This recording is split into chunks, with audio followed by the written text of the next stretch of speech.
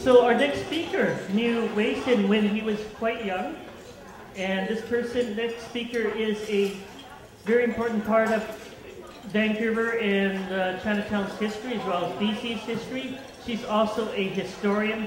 She's very knowledgeable, and she's also working on her own book. And she even got a mention in the BC Almanac Book of Greatest British Columbians by CBC Radio's Mark Forsyth. Please welcome our next speaker, Faye Leung.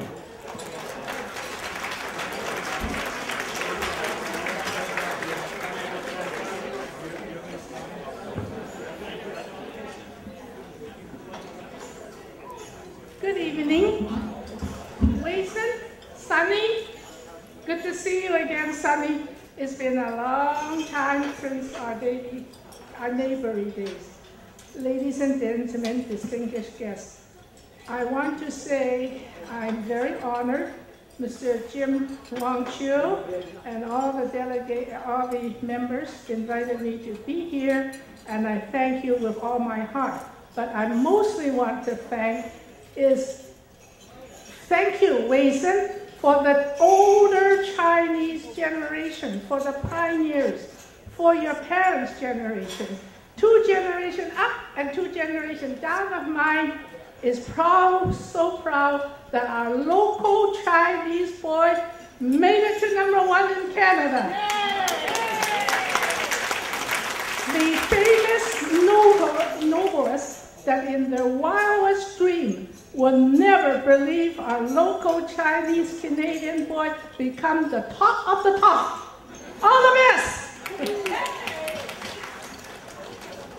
It was a long road, wasn't it, Wayson? I never knew Wayson.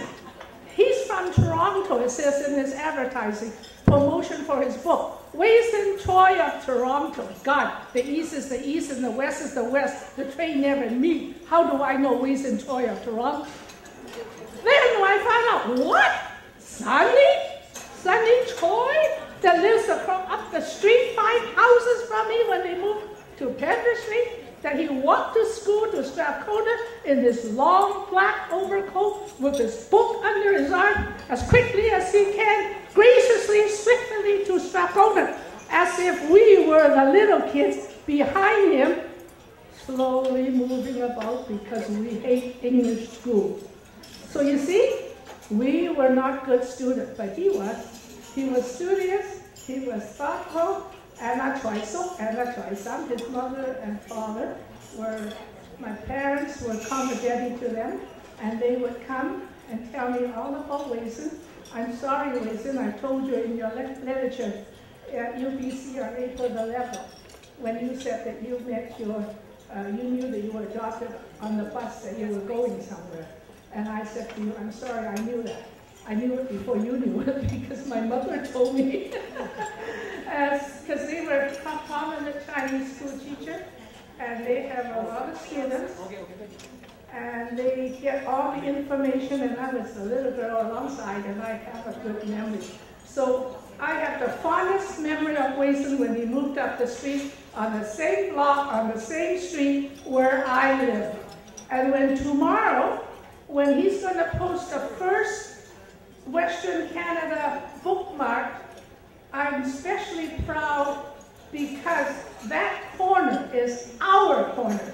Wayson's and all the Chinese kids that went to Chinese school at Waikiu, but Wayson told me at the last lecture, he went to the Coleman Dong Chinese School, which is that building there, because the Chinese Waikiu House is on the 3rd floor of Hoffman Dong building at the corner of Gore and Pender, 529 Gore Avenue. And the corner store was Zhonghua Yapfeng, where we bought for a cent 5 pieces of candy in that tiny shell. Do you remember that? You see, all the Chinese Canadians that went to Chinese school must remember that. We bought 5-cent ice cream cone. For 10 cents, we got double dippers. God, now they charge $8 for a double dipper. God, something's wrong somewhere. Anyhow, Wayson, I know for a fact that our local Chinese Canadians, our local pioneers, particularly older pioneers.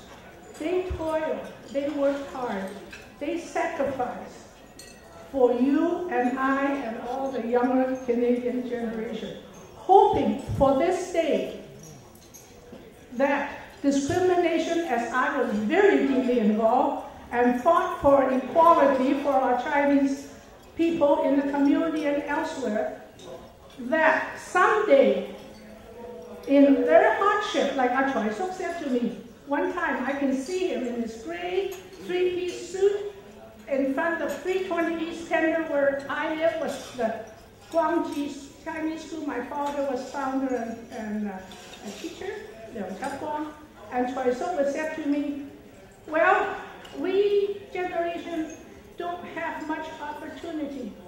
I'm a good chef, I'm a good cook, but that's all I'm going to be. I just hope the next generation would have the opportunity. So when the next generation, like yourself, like Douglas Jung, the first MP, like my sister when she got her PhD and graduated at UBC at gold medalist, the whole Chinese community celebrated, not because for you or the person that was succeeded, but for Chinese. For the Chinese have finally won a position. And today, after the veterans have blood, sweat, and tears, fought in the Second War, came home in May the 7th, 1947, won the enfranchisement that we can now vote. We have Judge Emmanuel Wong, we have Wayson Choy, we have all these wonderful people. They even got me. But anyhow, they will be so proud of all of each and every one of the Canadian Chinese. They would host banquets of their village, whether they were Sanway or Waisan or their last name, whether it's Mars or Wongs. They would host a banquet to celebrate the accomplishment of that generation, of that accomplishment of that young person. So for them, I know they're smiling up there. They're smiling with you, they're smiling with Sarah, they're smiling that thank you that you fought and worked hard, and we prove as our Chinese Canadian were brought up, show them we have integrity, we work hard, we're a good Canadian citizen too. So today, we're all Canadians, we're all multicultural, and I am so thankful on behalf of all the Chinese, all the pioneers, and all the companies. Thank you, Wayson. Thank you. I think my 3 minutes is up, but I also want to congratulate Mr. McAngus, or whatever you call him back. I'm Mac Leung, but he does a great job as well. I thank Jim Wong Chiu, his rice paper, and all you wonderful people, Elvin with his video, and all those that fought for the equality. Let's keep it up. Let's build Canada stronger with our Canadian Chinese right up on top. Thank you so much, Faye, for that spirited presentation. It is now my pleasure to